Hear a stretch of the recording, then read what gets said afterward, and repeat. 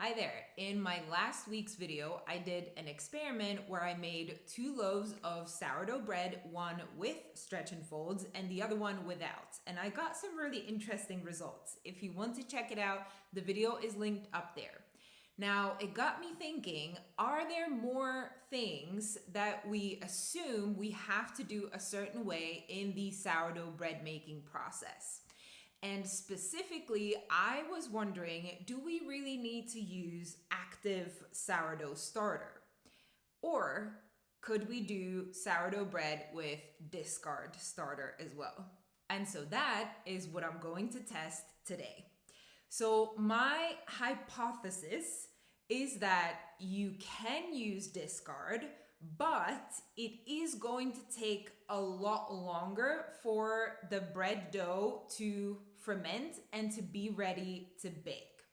So here's the thing. Normally what I would do, and what generally most people do, is you feed your sourdough starter, you feed your discard sourdough starter, you wait a couple hours until it becomes active, it's at the peak hopefully of its activity, and that's the point at which you added to the rest of your bread ingredients, you make the dough, and then you continue on with the process.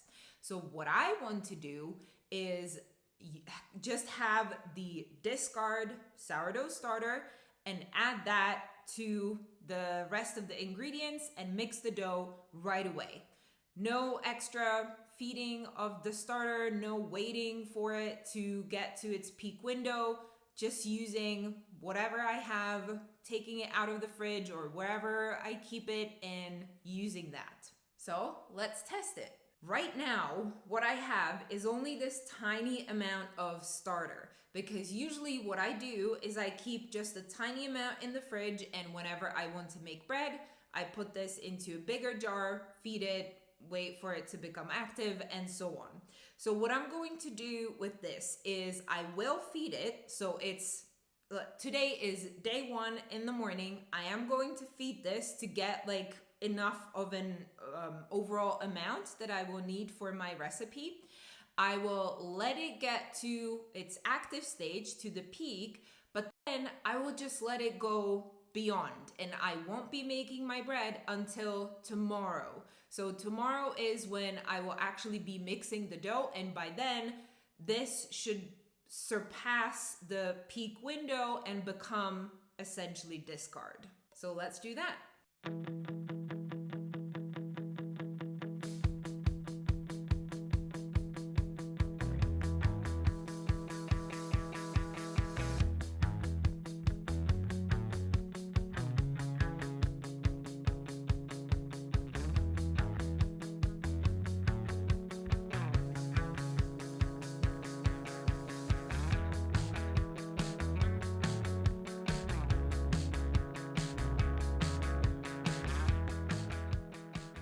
You can see that my starter is a bit more of the stiff kind. That's just the kind that I prefer to work with. But you will also see once it gets to the discard stage, it is going to become a lot more liquidy. All right, starter is fed. I've put the lid on, and I'm going to let it sit on the counter like this for about 24 hours. You can also see that I've put a little band on it right here where it's currently sitting at. That's just so that we can all see how it's rising. I will then put another band on it where it's going to be at its peak, and then we will clearly see by tomorrow how it has gone down again into the discard stage. So that's ready, and I just wanted to mention why I think that this should work. So essentially what we're doing by feeding the starter, we're giving it flour and water to become active. And that is the same thing that you're then doing when you're mixing the dough. You're mixing your starter and flour and water.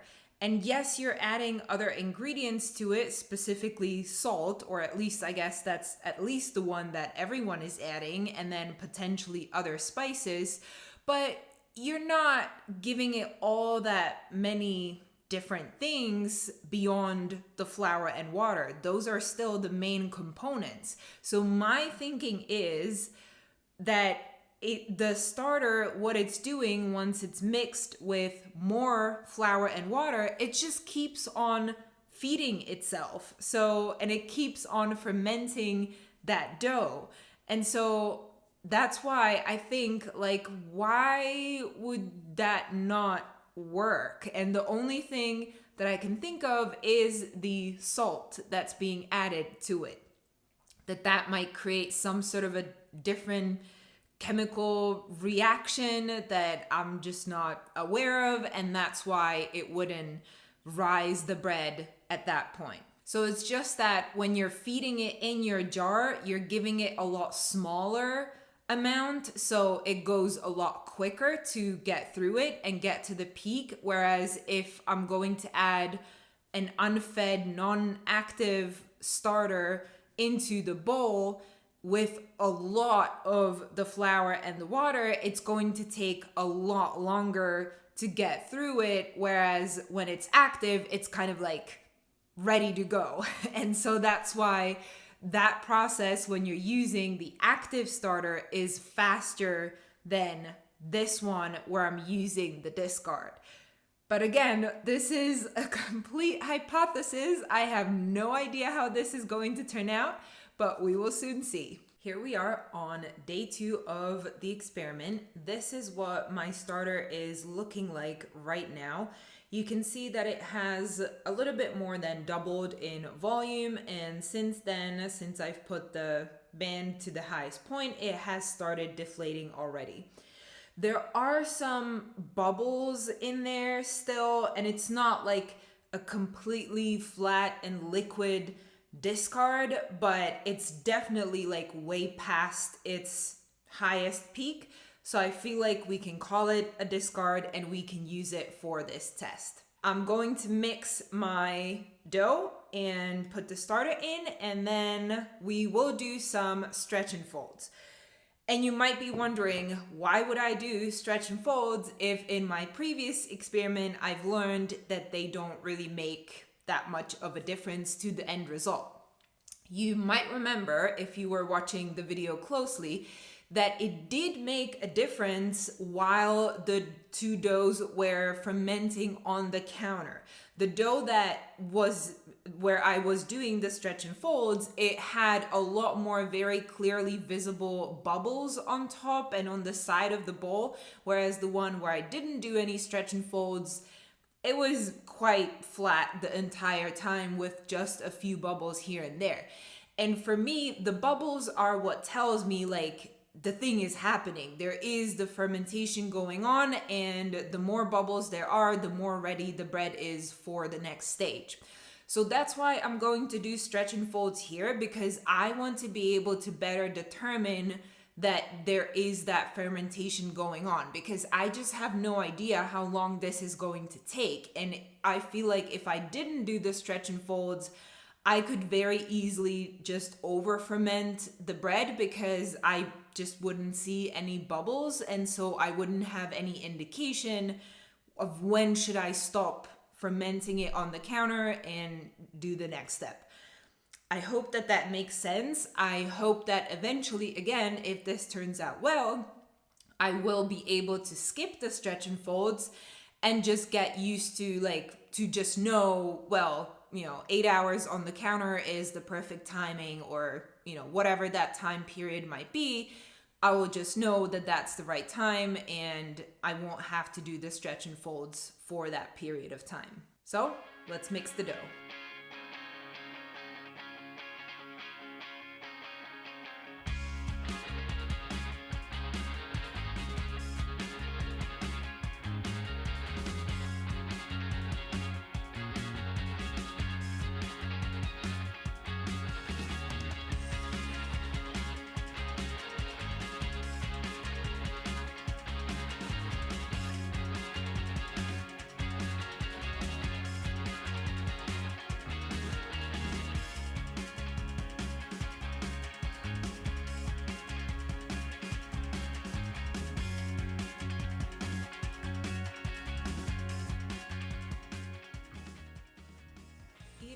is about 3 hours later since I've mixed the dough.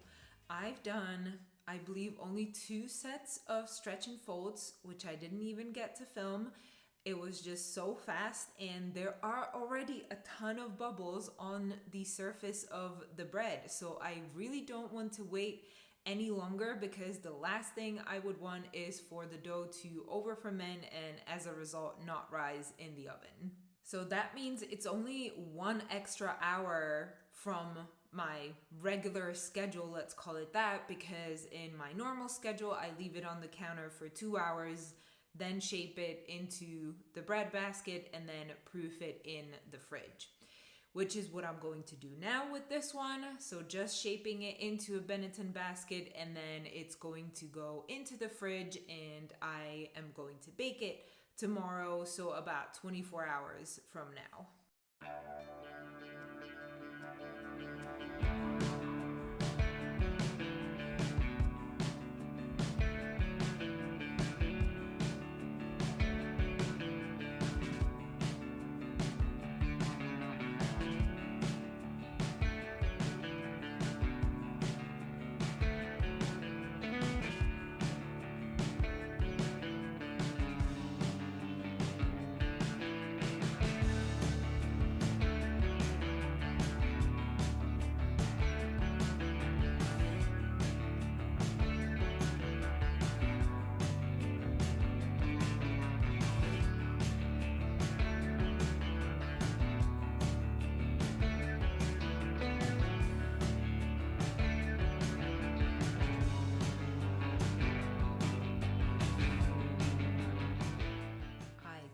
Forgot to film the bubbles on the surface of the bread for you before putting it into the proofing basket. Sorry for that. You will just have to believe me that they were there.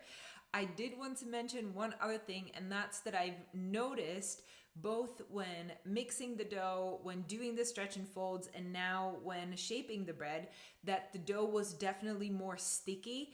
And it kind of makes sense, because I like using a stiffer starter because it's less sticky.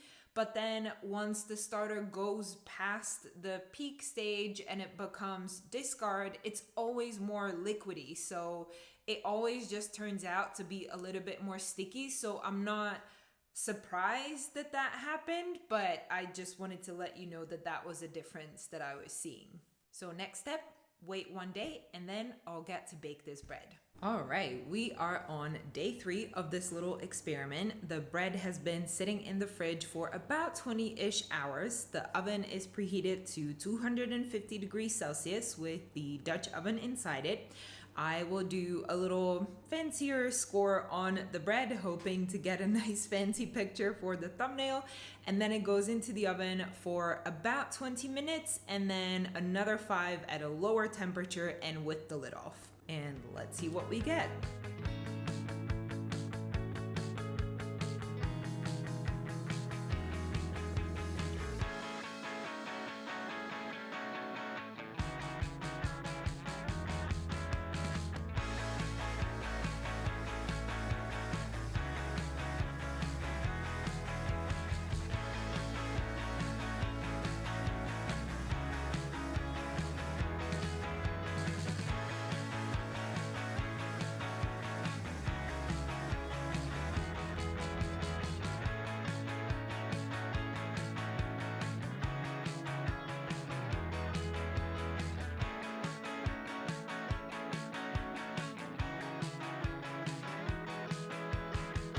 The bread is done, and here we are with a perfectly normal loaf. It is slightly misshapen here on the side. I think that's because my Dutch oven is a little bit too small for this size of bread, and I have this happen every now and then with my other breads as well, so just disregard that. But I mean, when I look at it like this, it looks completely normal, like all of my other breads. I will of course cut into this as well and also do a taste test. Before I do that though, I just kind of want to recap and give some thoughts that I have. So the starter was a 24-hour-old starter. I fed it on one day and then I waited 24 hours, which is way more than what I would normally do. Normally, I would use a starter that's like 8 hours, 10 hours old, or it's been fed 8 or 10 hours before that.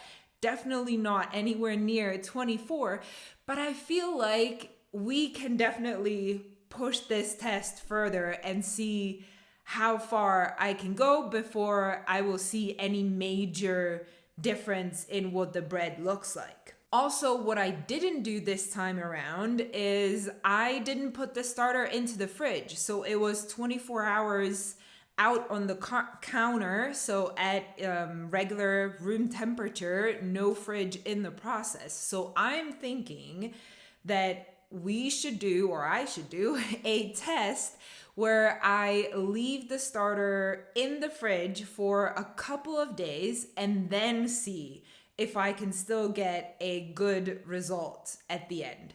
Let me know down in the comments what you think about that. If you would want to see such a test and like how many days. I'm thinking anywhere between like 3 to 5 days. I don't know if it would still work beyond 5 days or the results would be really different. I'll just have to see and experiment a little bit, but I'm really curious what you think about this whole experiment and what I should do next. Also, if there are any other questions and things that you're wondering about the whole sourdough process, just put them down in the comments. And now, let's cut into this nice crust.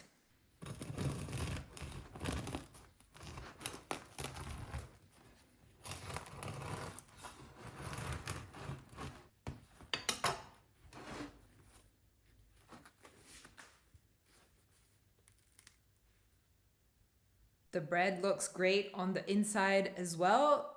At least the same, if not even better than what I usually get. So I'm very happy with that. And now for a little bit of taste.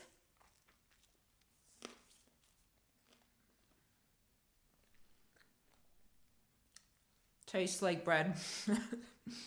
It's just like the usual taste that I always get from all of my breads. So to close all of this out, let me just say I am very much starting to doubt this rule that you have to use a starter that's at its peak in order to get a nice loaf of bread. It just doesn't seem to be the case, but I'm very curious to see how far I can take this. I'll see you in the next one.